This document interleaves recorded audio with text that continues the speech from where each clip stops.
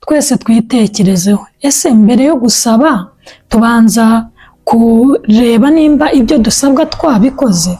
Imana itugirire neza. Buri muntu wese yisuzume, yisubiremo, arebe nimba adasaba gusa kandi ibyo asabwa atabikora. Mbese ntera imbuto, mbese ndakundana, mbese ngenda gute muri uru rugendo? Mu by'ukuri mu buzima bwacu bwa buri munsi nk'abakristo duhora twifuza ko Imana yagira ibyo dukorera. Duhora twifuza ko Imana yadusubiriza ibyifuzo, ikatugirira neza, igahindura amateka, bya bintu nyine bitandukanye.